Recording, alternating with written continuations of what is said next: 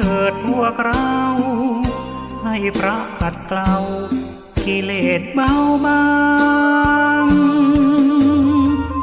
หลวงพ่อเจ้าคุณท่านคอยห่วงใยอยากเห็นครอบครัวสดใสปลอดภัยในทุกทางเลิกเมาแล้วขับไม่ถูกจับปรับให้เสียสตางค์อย่าปล่อยตัวเข้าเกี่ยวว่างเสริมสร้างชีวิตครอบครัว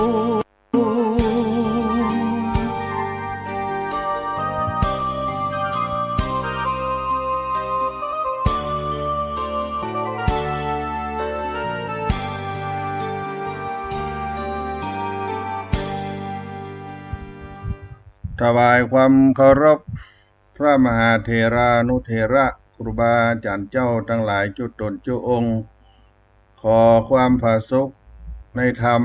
จงบังเกิดมีแก่ท่านสาธุชนพุทธบริษัททั้งหลายที่ได้สดับรับฟังธรรมะ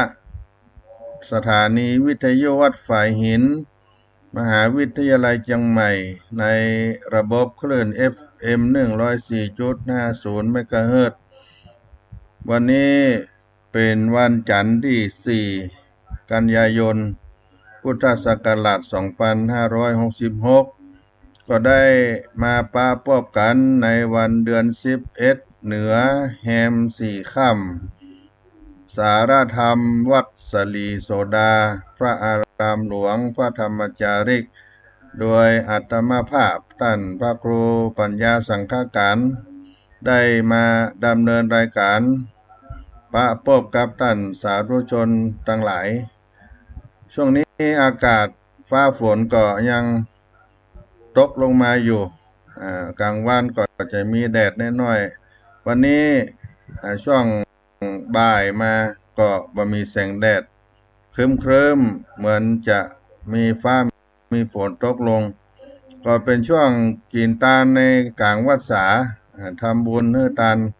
วันพระวันศีลทำบุญตักบาตรตาลขันเข้าอาบน้ำฟังธรรมได้สวดมนต์ทำวัดวัดบางแห่งก็นอนวัดกันสวดกรรมฐานตั้งแต่วันแฮมวันดาวันศีลถ้าวัดไหนเพิ่นถือศีล8อุโบสถศีลก็ไปนอน2 คืนวัดไหนที่บ่ได้เอาอุโบสถศีลก็ไปวันศีลไปนอนวัดได้สวดโยโกห้องได้บำเพ็ญยังกุศลเทศกาลเข้าพรรษาก็อนุโมทนากับทุกท่านทุกคนตัวต้นรายการวันนี้ก็จะขอนำเอาสุภาษิตล้านนาไทยในคำสอนของคนโบราณบรรพชนบรรพบุรุษของเราเอามาปั่นมาฝากเป็นการได้นำเอามาเผยแพร่ด้วยวันนี้ในบทสุภาษิตล้านนาไทยที่ว่ากินน้ำอย่าลืมคนขุดบ่อกินต่ออย่าลืมคนไปเอากินน้ำอย่าลืมคนขุดบ่อกินต่ออย่าลืมคนไปเอาได้ดื่มน้ำอย่าลืมนึกถึงคนขุดบ่อได้กินไข่ตัวต่ออย่าลืมนึกถึงคนไปเอาความหมายนั้นก็เป็นการให้บำเพ็ญกตัญญูกตเวทิตาธรรมรู้คุณสิ่งที่มีพระคุณคนใดก็ดีสิ่งใดก็ดีที่มีคุณต่อเราก็อย่าได้ลบหลู่บุญคุณมีความกตัญญูกตเวทิตาธรรมเหมือนสุภาษิตที่ว่ากินน้ำอย่าลืมคนขุดบ่อกินต่ออย่าลืมคนไปเอาน้ำนี่ถ้าบ่มีคนที่มาขุดไว้สมัยโบราณก็บ่ได้กินต้องไปตักในห้วยในป่าเปิ้นมีการขุดบ่อขุดน้ำขึ้นมาก็ได้กินก็บ่ดีลืมบุญคุณของเปิ้นได้กินตัวต่ออยู่ในป่าในดอยคนไปเอามาก็กินกันก็อย่าไปลืมกุลเปิ้น อันนี้เป็นการฮู้จักความกตัญญูกตเวทิตาธรรม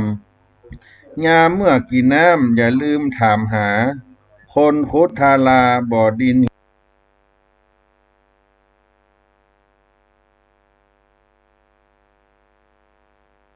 หินสร้างกินต่อก็ตามเฮืองามดังอ้างไผไปเตหังต่อนั้นเฮือกึดเถิงกุลเนื่องหนุนที่สั้นเป็นเครื่องหมายอันคนดีกะเมื่อกินน้ำอย่าลืมถามหาคนคุดทาราบ่อดินหินสร้างกินต่อก็ตามเฮืองามดังอ้างไผไปเตหังต่อนั้นเฮือกึดถึงกุลเนื่องหนุนที่สั้นเป็นเครื่องหมายอันคนดีกะตัญญูตะบาฮือผ่องสีเผ่าผู้โสภีต่อเต้าไปหน้ายามเมื่อกินน้ำอย่าลืมถามหาคนคุดทาราบ่อดินหินสร้างกินต่อก็ตามเฮืองามดังอ้างไปเตหังต่อนั้นเฮือกึดถึงกุลเนื่องหนุนที่ตัญญูตะปาฮือผ่องสีเป่าผู้โสภีต่อเต้าไปหน้าดื่มน้ำคาใดก็อย่าลืมนึกถึงคนคุดบ่อน้ำและยามใดได้กินไข่ตัวต่อก็นึกถึงคนไปเอาการย่อมหนุนนำให้ผ่องสีงดงามตลอดไปเป็นคนที่มีความกตัญญูกตเวทิตาธรรมที่องค์สมเด็จพระสัมมาสัมพุทธเจ้าเปิ้นก็ได้ยกย่องสรรเสริญว่าในการอย่างนี้สาธุชนทุกท่านที่ได้เป็นคนดีตามหลักคำสอนในมังกรธรรมขององค์สมเด็จพระสัมมาสัมพุทธเจ้าความกตัญญูก็คือความรู้คุณความเป็นผู้มีใจกระจ่างมีสติปัญญาบริบูรณ์รู้อุปการะคุณที่ผู้อื่นกระทำให้แล้วแก่ตนผู้ใดก็ตามที่ทำคุณแก่ตนแล้วบ่ว่าจะมากก็ตามน้อยก็ตามได้ให้เฮาได้ให้ที่พักได้ให้งานทำได้เลี้ยงดูได้สั่งได้สอนก็ย่อมได้เลือกถึงความซาบซึ้งอยู่เสมอบ่ลืมอุปการะคุณนั่นเลยอีกในแง่หนึ่งนั้นความกตัญญูก็หมายถึงความรู้บุญหรือรู้อุปการะของบุญที่ตนทำไว้ที่ได้ทำไว้แล้วก็รู้ว่าที่ตนเองได้พ้นจากภัยอันตรายทั้งหลายได้อยู่ดีมีสุขในปัจจุบันก็เพราะบุญทั้งหลายที่เคยทำไว้ในอดีตส่งผลให้จึงบ่ลืมอุปการะของบุญนั้นเลยและสร้างสมบุญอันนี้ให้ยิ่งทวีคูณขึ้นไปความกตัญญูก็เลยรวมความว่าหมายถึงรู้จักบุญคุณอย่างก็ตามที่เป็นบุญหรือเป็นคุณต่อตนแล้วก็ตามระลึกนึกถึงด้วยความซาบซึ้งบ่ลืมเลยคนมีกตัญญูถึงจะในยะตาบอดทั้งสองข้างแต่ใจของเขาก็ยังใสกระจ่างยิ่งกว่าดวงจันทร์ดวงอาทิตย์เอามารวมกันเสียอีกสิ่งที่ควรกตัญญูนั้นญาติโยมท่านสาธุชนทั้งหลายคืออย่างพ้องสิ่งที่ทรงควรแสดงความกตัญญูก็คือทุกสิ่งที่มีบุญแก่เฮาซึ่งอาจจะแบ่งตามคำสอนในทางพระพุทธศาสนามีอยู่5ประการข้อที่1กตัญญูต่อบุคคลใครก็ตามที่เคยมีพระคุณต่อเฮาบอกว่าจะมากจะน้อยเพียงใดจะต้องกตัญญูรู้คุณท่านติดตามและเลือกถึงเสมอด้วยความซาบซึ้งพยายามหาโอกาสตอบแทนบุญคุณท่านให้ได้โดยเฉพาะพระสัมมาสัมพุทธเจ้าพระองค์ เป็นบุคคลที่ประเสริฐสุดในโลกพระสงฆ์พ่อแม่ครูอุปชฌาย์อาจารย์พระราชามหากษัตริย์ผู้ปกครองที่มีทศพิธราชธรรมจะต้องตามระลึกนึกถึงพระคุณของท่านให้ตระหนักในสิ่งนี้ได้ปฏิบัติตัวเป็นลูกที่ดีของพ่อของแม่เป็นศิษย์ที่ดีของครูบาอาจารย์เป็นพลเมืองที่ดีของประเทศชาติและเป็นพุทธมามกะได้สมชื่อในข้อที่หนึ่งนี้กตัญญูต่อบุคคลอันที่สองกตัญญูต่อสัตว์ที่มีกุลของเฮาเป็นต้นว่าจ้างม้างัวควายที่ใจการใจงานจะต้องใจด้วยความเมตตาปราณีกรุณาบ่เคียนบ่ตีจนเหลือเกินใจงานนักบ่ใจงานนักเป็นการทรมานจนเกินไปขณะเดียวกันนั้นก็ต้องเลี้ยงดูให้ความสุขให้อาหารให้เปิ่นได้กินบ่ให้ได้อดได้อยากได้กินได้นอนได้พักตามกาลเวลาในเรื่องกตัญญูสัตว์นี้มีอยู่ว่าในครั้งพุทธกาลนั้นพระเจ้ากรุงราชคฤห์ได้เสด็จประพาสอุทยานและก็ได้บรรทมรับในอุทยานนั้นขณะนั้นมีงูเห่าตัวหนึ่งเข้ามาเลยมากำลังจะชกจะกัดพระองค์เผอิญมีกระแตตัวหนึ่งหันเข้าแล้วก็ร้องขึ้นพระองค์ก็จึงสะดุ้งตื่นแล้วก็ไล่งูให้พ้นไปทรงระลึกถึงคุณของกระแตว่าเป็นผู้ช่วยชีวิตพระองค์ไว้ก็จึงรับสั่งพระราชทานเหยื่อแก่กระแตในอุทยานนั้นทุกวันและก็ห้ามบ่ให้ไผทำอันตรายแก่กระแตในอุทยานนั้นคนทั้งหลายก็จึงเรียกอุทยานนั้นว่าเวรุวันกาลันทกะนิวาปสถานแปลว่าป่าไม้ไผ่อันเป็นที่พระราชทานเหยื่อแก่กระแตซึ่งต่อมาก็คือเวรุวันณมหาวิหารซึ่งเป็นวัดแรกในพระพุทธศาสนาที่พระเจ้าพิมพิสารได้ถวายให้แก่พระสัมมาสัมพุทธเจ้าและพระมหาเถระอรหันตาเจ้าทั้งหลายได้เข้าพักจำพรรษาอยู่ที่นั่นอันที่สามนั้นต่อมาความกตัญญูต่อสิ่งของใดก็ตามที่มีคุณต่อเฮาเป็นต้นว่าหนังสือธรรมะก็ดีหนังสือที่ได้ห้ามได้เรียนตำรับตำรานาต่างๆวัดวาอารามต้นไม้ป่าไม้วัสดุอุปกรณ์ที่ใช้ในการทำมาหากินก็จะต้องปฏิบัติต่อสิ่งเหล่านี้ให้ดีบัดลบหลู่ดูแคลนบัดทำลายอย่างมีตัวอย่างในอดีตเพิ่นว่ามี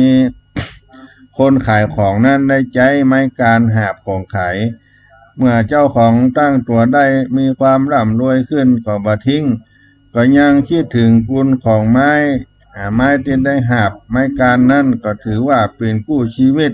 ช่วยเหลือตนเองให้ได้สร้างฐานะมาก็จึงเอาไปเลี่ยมคำเลี่ยมทองเก็บไว้เป็นที่ระลึกเป็นเครื่องเตือนใจอย่างนี้ก็มีเป็นเรื่องความกตัญญูต่อสิ่งที่เป็นคู่ชีวิตมาและก็มีในเตมิยะจาดกว่าอย่าว่าถึงคนที่เขาได้พึ่งพาอาศัยกันเลยแม้แต่ต้นไม้ได้อาศัยร่มเงาก็ควรจะหักกิ่งดิดก้านหานใบของเปิ้นของต้นไม้นั้นผู้ใดพักนักอาศัยนั่งนอนใต้ร่มเงาของต้นไม้ได้แล้วยังขืนหักกิ่งลิดก้านหันใบเด็ดยอดคุดรากถากเปลือกผู้นั้นก็ชื่อว่าทำร้ายมิตรเป็นคนชั่วจ้าเลวทรามจะมีแต่ความเป็นอัปมงคลเป็นเบื้องหน้าอันที่สี่ความกตัญญูต่อบุญคือหูว่าคนเฮาเกิดมามีอายุยืนยาวร่างกายแข็งแรงผิวพรรณวรรณะก็เกิดขึ้นมีสติปัญญาเฉลียวฉลาด มีความสุขความเจริญมีความก้าวหน้ามีทรัพย์สมบัติก็เนื่องมาจากผลของบุญจะไปสวรรค์แม้กระทั่งจะไปนิพพานได้ก็ด้วยบุญก็กล่าวได้ว่าทุกอย่างสำเร็จได้ด้วยบุญทั้งบุญเก่าที่ได้สั่งสมมาดีแล้วและก็บุญใหม่ที่เพียรสร้างขึ้นประกอบกันจึงมีความรู้คุณของบุญที่มีความอ่อนน้อมในตัวมาดูถูกบุญตามและลึกถึงบุญเก่าให้จิตใจได้จื่นได้บานบ่ประมาทในการสร้างบุญใหม่ให้ยิ่งขึ้นไปกตัญญูต่อบุญอันที่สี่อันที่ห้ากตัญญูต่อตนเองก็รู้ว่าร่างกายของเฮานี้เป็นอุปกรณ์สำคัญที่เฮาจะใช้อาศัยในการทำความดีใช้ในการสร้างบุญกุศลนานาประการเพื่อความสุขความเจริญความก้าวหน้าแก่ตนเองก็จึงทนุถนอมดูแลร่างกายรักษาสุขภาพให้ดีบ่ทำลายร่างกายบ่ไปกินยาเสพติดได้ไปเหี่ยวไปกำค่ำกำคืนและก็บ่นำร่างกายนี้ไปประกอบความชั่วในศีลห้าการปฏิบัติทั้ง5ประการจะเป็นการทำลายตนเองก็เป็นความกตัญญูใน5ประการในทางพระพุทธศาสนาและจำเป็นอย่างใดกับความกตัญญูในการสร้างความดีความกตัญญูนั้นจำเป็นอย่างใดในการสร้างความดีการที่คนเฮามีความคิดดีใฝ่ดีตั้งใจทำความดีสร้างสมคุณธรรมเมื่อเกิดขึ้นในตัวสิ่งทั้งหลายเหล่านี้เป็นสิ่งที่เกิดขึ้นได้ยากแต่ที่ยากกว่าสิ่งนั้นก็คือทำอย่างใดจึงจะรักษาความตั้งใจที่ดีนั้นไว้โดยบ่ท้อถอยเลิกกางคันเพราะในการทำความดีย่อมมีอุปสรรคมีปัญหาขัดขวางมากมายไหนจะปัญหาภายนอกจากคนรอบข้างจากสิ่งแวดล้อมไหนจะเป็นปัญหาภายในจากกิเลสมาลุมล้อมประดังกันเข้ามาและจะเอาตัวรอดยืนยัดสู้ปัญหาทั้งหลายที่เข้ามาผจญได้ด้วยบ่ท้อถอยก็ต้องมีสิ่งที่ยึดเหนี่ยวในใจนั่นก็คือความกตัญญูไปโรงเรียนไปเรียนหนังสือแม้จะยากแสนยากท้อถอยจะเลิกเสียก็หลายครั้งเพื่อนฝูงบางคนก็ชวนไปเที่ยวเตะเฮฮาสนุกสนานไปแต่เมื่อนึกถึงพ่อถึงแม่คิดว่าท่านอุตส่าห์จะทนุถนอมเลี้ยงดูเฮามาจนเติบใหญ่ร่างลำบากลำบนในการทำมาหากินเพื่อส่งเสียให้เฮาได้เล่าเรียนต้านฝากความหวังไว้กับตัวเฮาอยากหันตัวเฮาได้มีความเจริญก้าวหน้าในชีวิตพอเฮาได้คิดดีเท่านี้ความกตัญญูก็จะเกิดขึ้นมีแรงสู้มีกำลังใจแม้จะยากแสนยากแม้จะเหนื่อยแสนเหนื่อยก็กัดฟันสู้มานะตั้งใจให้ทำได้สำเร็จบ่ยอมประพฤติตัวไปทางเสื่อมเสียแก่วงตระกูลพ่อแม่ครูบาอาจารย์ก็จะได้ดีอกดีใจกับตัวเฮาแม้ในหมู่ผู้ที่ได้ปฏิบัติธรรมผู้ตั้งใจจะทำหน้าที่เผยแผ่พระพุทธศาสนาแน่นอนว่าในการทำงานนั้นจะต้องมีการกระทบกระทั่งกันคนเฮาหลายคนก็หลายความหันต่างคนก็ต่างตั้งใจดีกันทั้งนั้นแต่ความคิดความอ่านความสามารถอาจบ่เท่ากันและบางครั้งเกิดทิฏฐิมานะก็คิดไปว่าถึงแกจะหนึ่งแต่ฉันก็แน่เหมือนกันถ้ามือบ่ยอมกันที่เป็นเช่นนี้ก็เพราะต่างก็กำลังฝึกฝนตนเองอยู่กิเลสอยู่ในตัวก็ยังบ่ได้หมดไปดังนั้นถ้า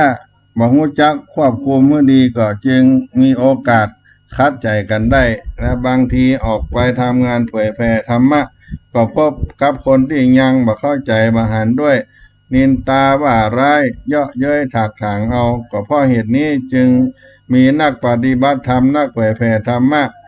รวมทั้งผู้ตั้งใจทำงานเพื่อสังคมหลายๆคนเบื่อหน่ายท้อถอยและก็เลิกลา ไปกลางคันอย่างน่าเสียดายแต่ถ้าเป็นผู้มีความกตัญญูเป็นพื้นใจแล้วเมื่อความท้อถอยความเหนื่อยหน่ายเอื่อมละอาเกิดขึ้นเพียงแต่นึกว่าที่ตัวเขาได้มีโอกาสเรียนรู้ธรรมะรู้การสร้างบุญกุศลรู้วิธีการดำเนินชีวิตอันประเสริฐรู้บุญรู้บาปอยู่ทุกวันนี้ก็เพราะพระสัมมาสัมพุทธเจ้าพระองค์ได้ทรงเสียสละอุทิศทุ่มเทค้นคว้าจนได้ตรัสรู้หลักอริยสัจคือความจริงอันประเสริฐได้มาสั่งสอนเฮาเมื่อคิดถึงชีวิตเลือดเนื้อความเพียรพยายามที่พระองค์ทรงได้ทรงทุ่มเทตลอดเวลาก็ที่ทรงบำเพ็ญบารมีอยู่ถึงสี่อสงไขยปลายแสนมหากัปว่ามากมายมหาศาลเพียงใดแล้วมหากัปกัปหนึ่งอุปมาได้ดังดอยหินมีรูปสี่เหลี่ยมกว้าง16โยชน์ยาว16โยชน์สูง16โยชน์ทุก100 ปีเทวดาพาดติบเบาบางมาลูบครั้งหนึ่งเมื่อใดดอยหินนั้นซึกกร่อนเสมอเพียงดังพื้นดินระยะเวลานั้นเท่ากับกัปหนึ่งอสงไขยเท่ากับ1140ที่คือจำนวนเลข1และมีเลข0ต่อท้าย140ก็เป็นจำนวน1อสงไขยและก็ จนคิดถึงพระคุณของครูบาอาจารย์ทั้งหลายที่ท่านได้อุตส่าห์ถ่ายทอดคำสอนของพระสัมมาสัมพุทธเจ้าต่อๆกันมาและก็อบรมสั่งสอนให้คนเฮาได้ทราบได้รู้ถึงคำสอนของพระองค์โดยบาหารแก่ความเหน็ดเหนื่อยคิดเพียงเท่านี้ความท้อถอยก็หายความเหนื่อยหน่ายก็คลายแม้ความตายก็เบาบางเกิดกำลังใจที่จะทำความดีต่อไปบ่มีที่สิ้นสุดความกตัญญูจึงเป็นคุณธรรมที่สำคัญยิ่งที่จะประคองใจของคนเฮาได้ดำรงมั่นอยู่ในคุณธรรมอันยิ่งขึ้นไปคนที่มีความกตัญญูก็มีอานิสงส์เหมือนกันนะญาติโยมทั้งหลายอานิสงส์ก็คืออานิสงส์การมีความกตัญญูนั้น1ทำให้รักษาความดีเดิมไว้ได้2ทำให้สร้างคุณความดีใหม่เพิ่มขึ้น3ทำให้เกิดสติบ่ประมาท4มีความหิริโอตตัปปะละอายต่อบาปไม่อยากกระทำบาปทำชั่ว4มีขันติมีขันติเกิดขึ้น5มีขันติ6ทำให้จิตใจผ่องใสมองโลกในแง่ดี7ทำให้เป็นที่สรรเสริญของคนดี8ทำให้มีคนอยากคบหาสมาคมตัว9ทำให้มนุษย์และเทวดาอยากช่วยเหลือ10ทำให้มันมีเวรมีภัย11ทำให้ลาภผลทั้งหลายเกิดขึ้นโดยง่าย12ทำให้บรรลุมรรคผลนิพพานได้โดยง่ายนี่ก็เป็นกตัญญูที่คนได้ประพฤติปฏิบัติแล้วก็เป็นบุญเป็นกุศลกับตัวของท่านอย่างนี้เองก็นำเอามาปันมาฝากพี่น้องท่านคนฟังทั้งหลายในความกตัญญูกตเวทิตาธรรมก็พักกันสักกรรมกันเนาะจะได้ได้ฟังคีตธรรมจากเสียงธรรมวัดสลีโสดาพระอารามหลวงจังหวัดเชียงใหม่ก่อนเนาะ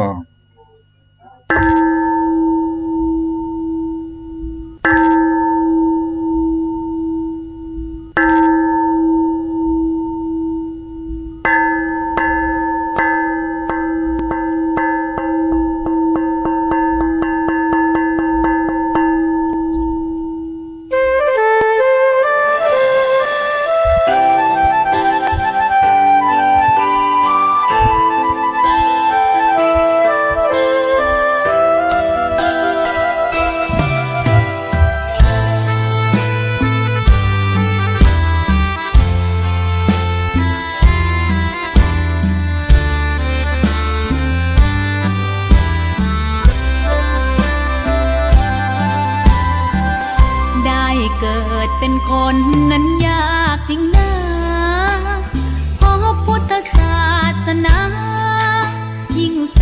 นยากเย็นคนไทยโชคดีที่สุดแล้วมีแก้ว3 ดวงงามเด่น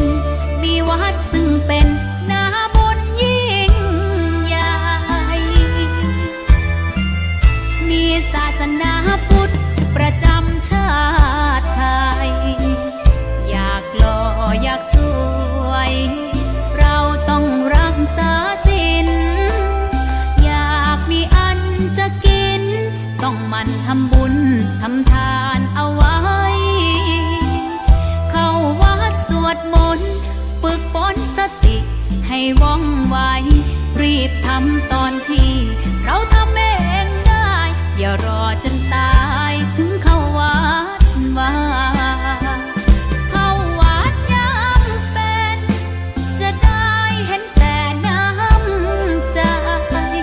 เข้าวัดยามตายจะได้เห็นแต่น้ำตาก่อนจะสายเกินขอเชิญมาใช้ชีวิตให้คุ้มค่าเจริญทานศีลภาวนาสั่งสมบารมีไว้ทำบุญตอนที่ยังมีชีวิตย่อมดีกว่ารอเขาอุทิศบุญให้อย่ามัวหลงเพลินเดินห่างวัดตัวอย่างชัดๆมีมากมายเข้าวัดตอนตายสายเกินแก้กรรม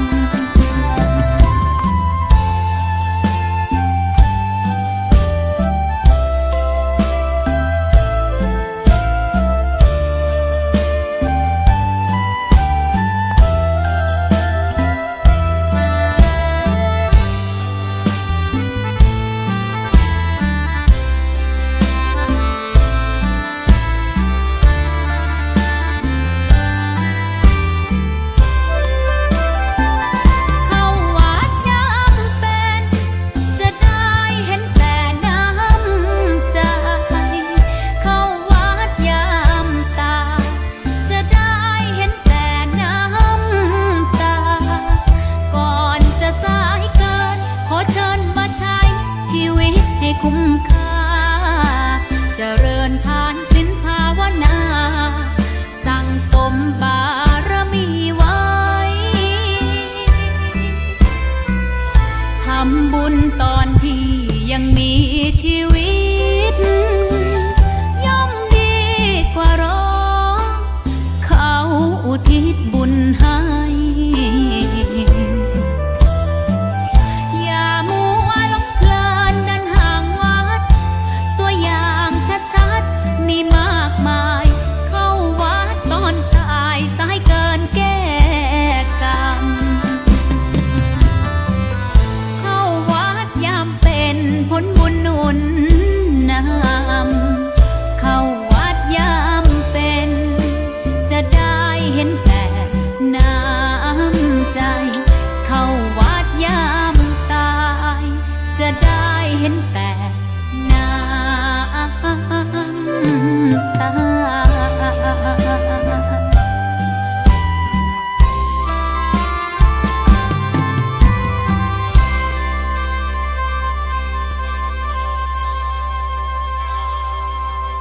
ก็มาถึงช่วงที่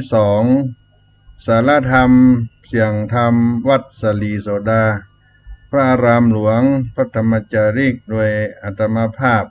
ท่านพระครูปัญญาสังฆการหรือท่านพระครูพรหมินทร์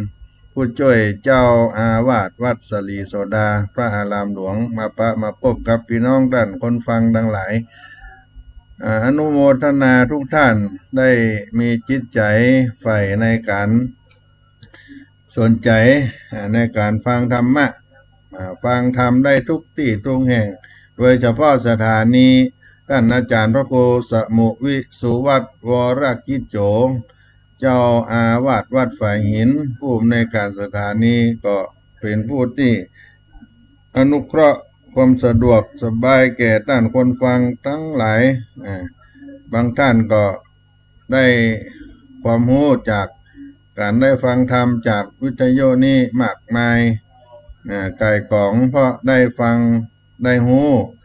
เปิ้นบอกว่าเป็นมังกละอย่างหนึ่งในการฟังธรรมกระจกเงาสามารถสะท้อนเนื้อหาความสวยงามขี้เลี้ยวหรือกระจกเงานั้นสามารถสะท้อนเนื้อหาความสวยงามหรือความขี้เหร่ขี้เลี้ยวของร่างกายเฮาได้ฉันใดการได้ฟังธรรมตามกาลเวลาก็สามารถสะท้อนเนื้อหาถึงความดีงามหรือความบกพร่องในตัวเฮาได้ฉันนั้นฟังธรรมตามกาลก็คือการได้ขวนขวายหาเวลาที่ไปฟังธรรมหรือได้ฟังธรรมจากผู้รู้เอามาให้เป็นข้อคิดยกระดับจิตให้เฮาได้เกิดสติปัญญาให้สูงขึ้นเมื่อฟังธรรมแล้วก็น้อมเอาคุณธรรมเหล่านั้นมาเป็นกระจกเงาสะท้อนดูตัวเฮาว่า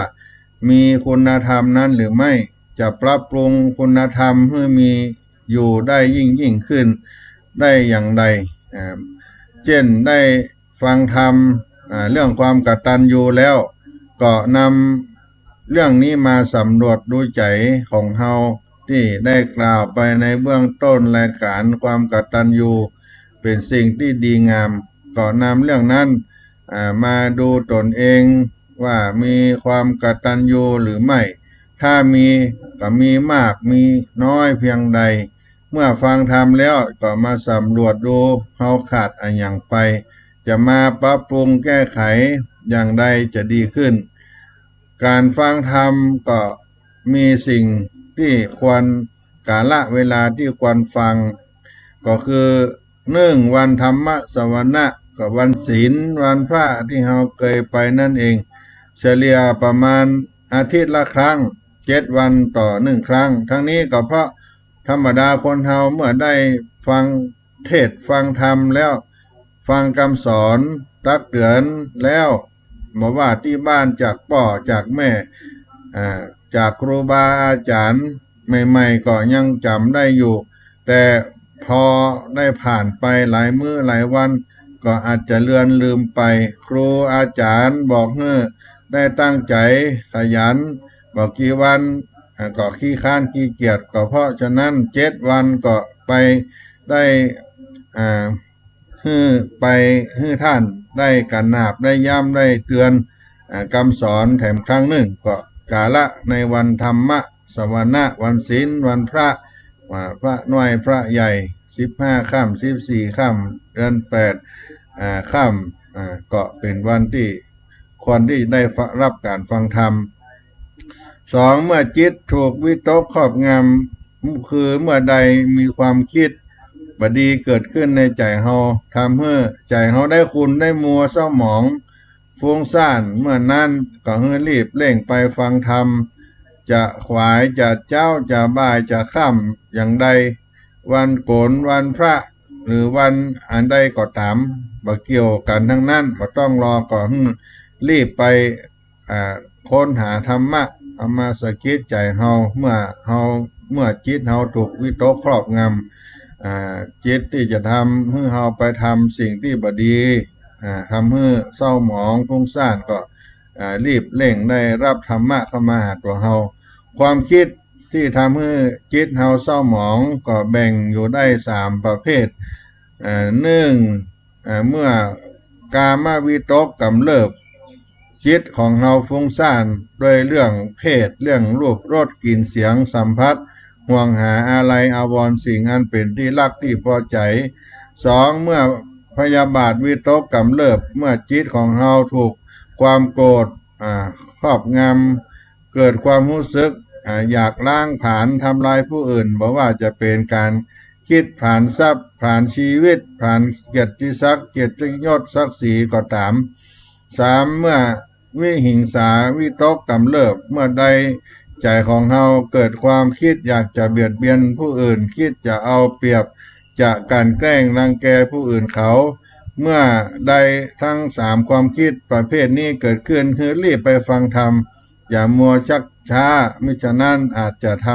ำความผิดพลาดเกิดขึ้นได้ในการที่จะได้ฟังธรรม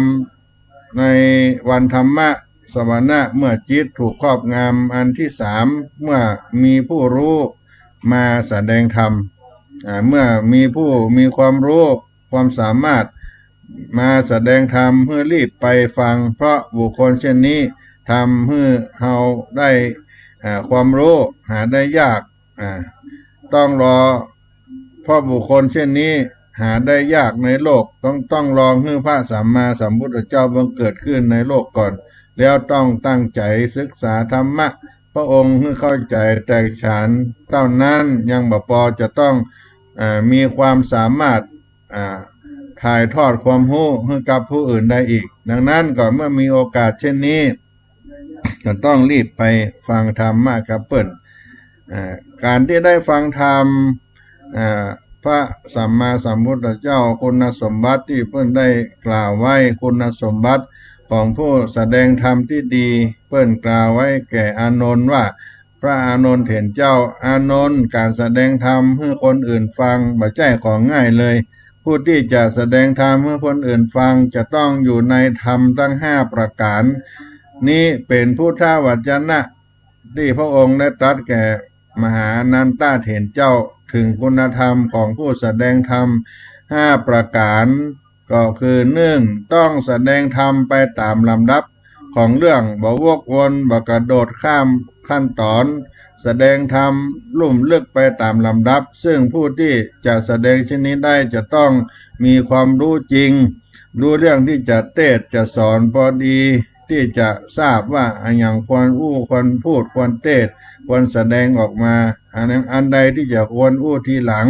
2มีวาทศิลป์มีความสามารถในการการจามีจิตวิทยาในการถ่ายทอดรู้สภาพจิตของคนอื่นผู้ฟังควรจะรู้อันใดก่อนหลัง3ต้องมีการเตรียมการวางแผนวางเข้าโครงเรื่องที่จะแสดงล่วงหน้าทำแผนบ่ดูเบาบ่ใช่เต้นไปตามอำเภอใจต้องมีองค์3อย่างนี้จึงจะแสดงธรรมอันลุ่มลึกไปตามลำดับได้อันที่1คือแสดงธรรมตามลำดับเรื่อง2ต้องแสดงธรรมอ้างเหตุอ้างผลให้คนอื่นเข้าใจได้ง่ายผู้แสดงจะต้องเข้าใจเรื่องที่จะแสดงอย่างผู้โปร่งบ่ใช่ต้องจำจากเปิ้นมาเวลาแสดงธรรมก็อ้างเหตุอ้างผลยกตัวอย่างประกอบแยกแยะให้หันความชัดเจนแจ่มแจ้งได้เมื่อผู้ฟังสงสัยซักถามจุดไหนประเด็นไหนก็ชี้แจงให้ได้3ต้องแสดงธรรมด้วยความหวังดีต่อผู้ฟังอย่างจริงใจมีความเมตตากรุณาเต็มเปี่ยมในใจบัดดีถ้าไปแล้วฟังยังบ่เข้าใจยังบ่ตามบ่ทันสติปัญญายังบ่พอก็บ่เบื่อหน่ายและบ่ทิ้งกลางคันแล้วแม้จะซ้ำหลายครั้งก็ยอมเพราะมีความหวังดีต่อการให้ผู้ฟังรู้ธรรมจริงๆมุ่งประโยชน์ให้แก่คนฟังเต็มที่บ่ใช่แบบขอทีไปที4ต้องบ่แสดงธรรมเพราะเห็นแก่ลาภสักการะคือบางหันแก่ชื่อเสียงกำสรรเสริญเยินยอ5ต้องบ่แสดงธรรมกระทบตนเองหรือผู้อื่นบ่ชกเฉยโอกาสไปกระทบกระทั่งผู้อื่นเพื่อให้เกิดความดีแก่ตนเองทั้ง5ประการนี้ที่ได้พระองค์ได้กล่าวไว้แก่พระอานนท์เพราะฉะนั้นคุณสมบัติของผู้ฟังก็มีเหมือนกัน1บ่ได้ลบหลู่บุญคุณท่าน2บ่ดูถูกว่ากษัตริย์ยังเยาว์เพราะกษัตริย์บางพระองค์แม้อายุน้อยก็เป็นมหาราชได้และก็บ่ลบหลู่คุณท่านอย่าดูถูกงูพิษตัวน้อยเพราะกัดแล้วอาจจะตายก็ได้อย่าดูถูกไฟว่าไฟน้อยเพราะไม้ขีดก้านเดียวอาจจะเผาเมืองก็ได้อย่าดูถูกสมณะว่ายังหนุ่มเพราะสมณะบางรูปแม้อายุน้อยก็มีคุณธรรมสูง บางรูปอายุแค่7 ขวบก็เป็นพระอรหันต์ได้ข้อที่1บ่ลบหลู่คุณท่านข้อ2บ่คิดแข่งดีบ่ยกตนข่มท่าน3บ่จับผิดบ่มีจิตกระด้างเพราะในการฟังธรรมนั้นยิ่งมีใจเป็นสมาธิมากเท่าใดก็สามารถน้อมใจตามไปทำให้เกิดความรู้ความเข้าใจธรรมะได้มากขึ้น4มีปัญญาฉลาดรู้ลักพิจารณาไตร่ตรองตามธรรมที่ได้ยินได้ฟังนั้นอย่างแยบคาย5บ่ถือตัวว่าเข้าใจในสิ่งที่ยังบ่เข้าใจนี่ก็เป็นคุณสมบัติของผู้ทำผู้ได้ฟังธรรมอุปนิสัยที่ได้จากการฟังธรรมก็หมายถึงความประพฤติดีความเคยชินที่ติดตัวเฮามาและจะติดตัวเฮาไปเป็นพื้นใจภายหน้าการฟังธรรมะก็ทำให้เฮาเกิดความดีเป็นทุนให้เฮาเป็นพื้นอยู่ในใจเฮาและเป็นเครื่องอุดหนุนทำให้เฮาเจริญรุ่งเรืองและเข้าถึงธรรมได้โดยง่ายดังที่พระสัมมาสัมพุทธเจ้าได้ตรัสสอนว่าผู้ที่หมั่นฟังธรรมแล้วพยายามศึกษาเข้าใจถึงจะเข้าใจถึงจะบ่เข้าใจก็พยายามจำได้รับอานิสงส์ก็คือ4ประการนั้น1เมื่อละจากโลกนี้ย่อมไปเกิดในเทวโลกเมื่อละจากโลกนี้ย่อมไปเกิดในเทวโลกมีปัญญารู้ธรรมเร็วได้เร็วสามารถระลึกถึงตนเองและปฏิบัติตามธรรมนั้นบรรลุมรรคผลนิพพานได้เร็วเมื่อละโลกนี้ไปย่อมไปเกิดในเทวโลกแม้มีภิกษุมีฤทธิ์ขึ้นไปแสดงธรรมก็จะระลึกถึงธรรมได้และบรรลุธรรมนิพพานได้เร็ว3เมื่อละโลกนี้ไปย่อมเกิดในเทวโลกแม้มีภิกษุผู้มีฤทธิ์ขึ้นไปแสดงธรรมแต่เมื่อได้ฟังเทวบุตรแสดงธรรมเมื่อก็ระลึกถึงธรรมได้และบรรลุมรรคผลนิพพานได้4เมื่อละจากโลกนี้ไปย่อมไปเกิดในเทวโลกแม้มีภิกษุผู้มีฤทธิ์หรือเทพบุตรมาแสดงธรรมแต่เมื่อได้ยินคำตักเตือนจากเพื่อนเทพบุตรด้วยกันก็สามารถระลึกฟังธรรมได้และบรรลุมรรคผลได้โดยเร็วนี่ก็เป็นสิ่งที่อุปนิสัยจากการได้ฟังธรรมเมื่อฟังธรรมตามการแล้วก็เกิดอานิสงส์เป็นการเพิ่มพูนความรู้ใหม่เป็นการทบทวนความรู้เดิมเป็นการปลดเปลื้องความสงสัยและเป็นการปรับความหันให้ตรงเป็นการฝึกอบรมใจให้สูงขึ้นในการฟังธรรมนี้ก็มีอานิสงส์เกิดขึ้นก็นำเอามาปั่นมาฝากพี่น้องท่านสาธุชนคนฟังทั้งหลายในสาระธรรมยามเย็นในวันนี้ใต้รายการนี้ก็จะขอนำเอาบทข่าวได้ยอปารมีธรรมหลวงพ่อพระธรรมวชิระโกศลได้ออกอากาศและก็ว่าจะขอท่านอาจารย์ผู้อำนวยการสถานีได้นำเสียงนี้ไปเข้ากับดนตรีเพื่อจะได้เป็นเสียงธรรมที่จะ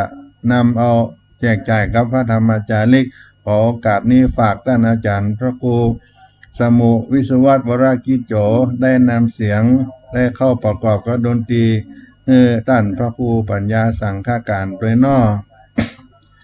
คร่าวยอกุลปาลมีธรรมพระธรรมวชิระโกศลสังวานพรหมวันโนปท6 MA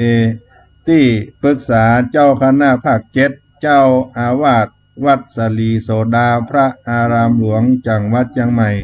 ผู้อำนวยการสำนักงานพระธรรมจาริกส่วนภูมิภาคใจญาติถีงามดีเลิศแล้วโจกจ้างเผือกแก้วมาลอดจอดถึงลาพระมาเติงโสดาเกี้ยวกว้างพระธรรมวชิระโกศลตนบุญหนุนสร้างคุณความดีงามเลิศล้ำเมตตาธรรมใสเย็นดังน้ำประจักษ์แผ่กว้างปวงชนทั่วสารทิศโลกล่าสกลจนะเจ้าโจรน้อมสากลับไว้ปาลมีธรรมแผ่ไปไก่ใกล้เมืองนอกเมืองไทยทั่วทิศธรรมปัญญามงคลพินิจประกาศเกิดก้องไพบูลย์นำเอาธรรมะพุทธกำหนุนเจิดจ้าจำลุน เจ้าเขาทั่วหน้าต้านสินนำนาภาวนาเข็มกล้าไปตัวอาณาเตดต้องในป่าในเขาในเมืองพร่ำพร้อมตัวหนแห่งห้องคีรี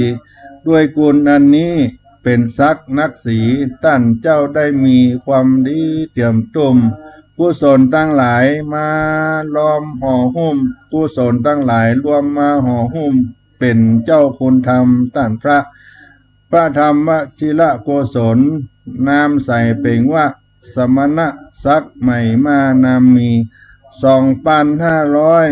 2566 ปี28 วันดีกรกฎาคมแม่นมันศิษยานุศิษย์ทั่วทุกเขตขั้นสาธุกาลังแส่ซองพระเดชพระคุณด้วยความนอบน้อมมือต่างดอกซ่อมมาลาขอกุณไตรลักษณ์พิทักษ์รักษาฟุงเทวดามาแฝงแวดเฝ้า